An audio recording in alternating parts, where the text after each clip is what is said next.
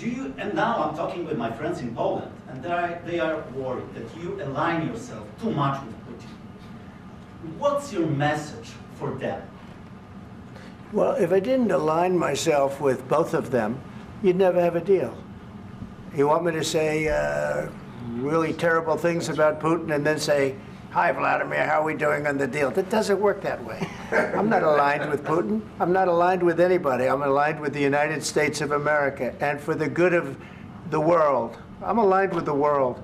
And I want to get this thing over with. You see the hatred he's got for Putin. It's very tough for me to make a deal with that kind of hate. He's got tremendous hatred. And I understand that, but I can tell you the other side isn't exactly in love with, him either. So it's not a question of alignment. I'm aligned with the world. I want to get the thing set. I'm aligned with Europe. I want to see if we can get this thing done. You want me to be tough? I could be tougher than any human being you've ever seen. I'd be so tough. But you're never going to get a deal that way. So that's the way it goes. All right, one more question. I want to respond to this. So look, for 4 years in the United States of America, we had a president who stood up at press conferences and talked tough about Vladimir Putin, and then Putin invaded Ukraine and destroyed a significant chunk of the country. The path to peace and the path to prosperity is maybe engaging in diplomacy. We tried the pathway of Joe Biden of thumping our chest and pretending that the President of the United States' words mattered more than the President of the United States' actions. What makes America a good country is America engaging in diplomacy. That's what President Trump is doing. Can I ask you? Sure. Yeah? Yeah. Okay. So he occupied our parts, big parts of Ukraine, part of East and Crimea. So he occupied it on 2014. So during a lot of years, so I'm not speaking about just Biden, but those time was Obama, then President Obama, then President Trump, then President Biden, now the President Trump, and God bless, now President Trump will stop him. But during 2014, nobody stopped him. He just occupied and took.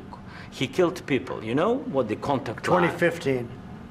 2014. 2014 and 2014. 2014. Yeah. So I was not here. Yeah, but that's exactly right. Yes, but during 2014 till 2022, the situation the same. The people have been dying on the contact line. Nobody stopped him. You know that we had conversations with him, a lot of conversation, my bilateral conversation, and we signed with him, me, like a new president. In 2019, I signed with him the deal. I signed with him, Macron and Merkel, we signed ceasefire. Ceasefire. All of them told me that he will never go. We signed him with gas contract. Yes, but after that, he broken this ceasefire. He killed our people and he didn't exchange prisoners. We signed the exchange of prisoners, but he didn't do it. What kind of diplomacy, JD, you are speaking about? What do you mean? I'm talking about the kind of diplomacy that's going to end the destruction of your country. Yes, but if you Mr. President, with respect, I think it's disrespectful for you to come into the Oval Office and try to litigate this in front of the American media. Right now, you guys are going around and forcing conscripts to the front lines because you have manpower problems. You should be thanking the President for trying to bring an end to this conflict. Have you ever been to Ukraine that you say what problems we have? I have been to. Count one. I've actually watched and seen the stories, and I know what happens is you bring people, you bring them on a propaganda tour, Mr. President. Do you disagree that you've had problems bringing people into your military? We have problems. And do you think that it's respectful to come to the Oval Office of the United States of America and attack the administration that is trying to prevent the destruction of your country?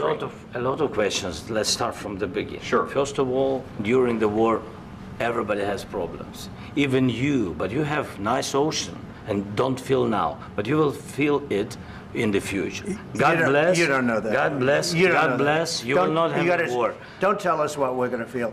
We're trying to solve a problem. Don't tell us what we're going to feel. I'm not telling you. Because you're in no position to dictate that. That's Remember exactly what this. You're in no position to dictate what we're going to feel. We're going to feel very good. You will feel influence. We're going to feel very good and very strong. You will feel influence. You're right now not in a very good position. You've allowed From the yourself very- to be in a from very the very bad position, beginning and of he the happens war. to be right about From it. the very beginning of the war. You're not Mr. in a Brown, good position. I You was don't have in the cards right now. With us, you start I'm having not playing cards. But cards. right now, you I'm don't. very You're playing serious, cards. Mr. President. You're I'm playing very cards. serious. You're I'm gambling the with the president lives in of war. millions of people. You think- You're gambling with World War III. What do you You're think about? gambling with What do you World think War about? III.